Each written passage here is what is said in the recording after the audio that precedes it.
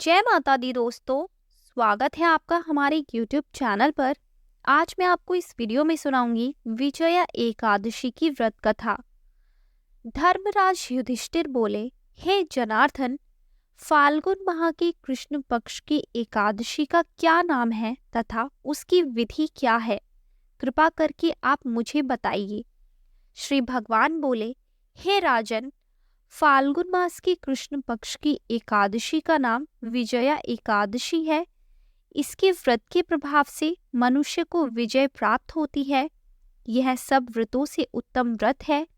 इस विजया एकादशी के महात्म्य के श्रवण व पठन से समस्त पाप नाश को प्राप्त हो जाते हैं।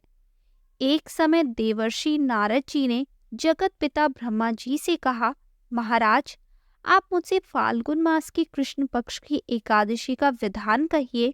ब्रह्मा जी कहने लगे कि हे नारद, विजया एकादशी का व्रत पुराने तथा नए पापों का नाश करने वाला है। इस विजया एकादशी की विधि मैंने आज तक किसी से भी नहीं कही। यह समस्त मनुष्यों को विजय प्रदान करती है। त्रेता युग में मर्यादा पुरुषोत्तम श्री रामचंद्र जी को जब 14 वर्ष का वनवास हो गया, तब वे श्री लक्ष्मण तथा सीता जी सहित पंचवटी में निवास करने लगे। वहां पर दुष्ट रावण ने जब सीता जी का हरण किया, तब इस समाचार से श्री रामचंद्र जी तथा लक्ष्मण अत्यंत व्याकुल हुए और सीता जी की खोज में चल दिए। घूमते घूमते जब वे मरणासन जटायु के पास पहुंचे, तो जटायु उन्हें सीता जी का वृतांत सुनाकर स्वर्ग लोक को चला गया। कुछ आगे जाकर उनकी सुग्रीव से मित्रता हुई और बाली का वध किया। हनुमान जी ने लंका में जाकर सीता जी का पता लगाया और उनसे श्री रामचंद्र जी और सुग्रीव की मित्रता का वर्णन किया। वहां से लौटकर हनुमान जी ने भगवान राम के पास आकर सब समाचार कहे। श्री रामचंद्र जी ने वानर सेना सहित सुग्रीव की संपत्ति से लंका को प्रस्थान किया।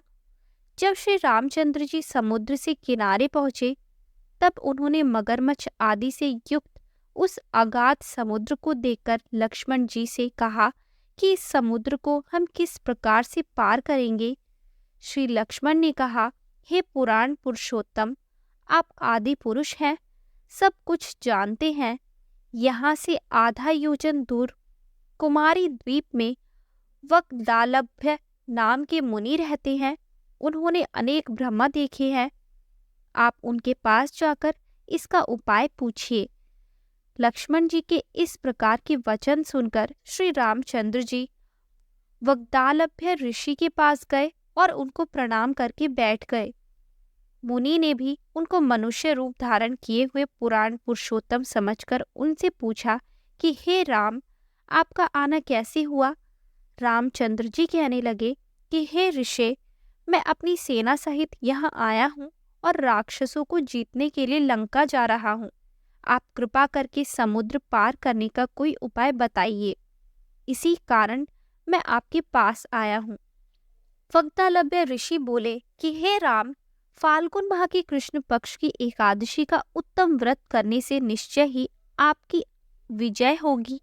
साथ ही आप समुद्र भी अवश्य पार कर लेंगे।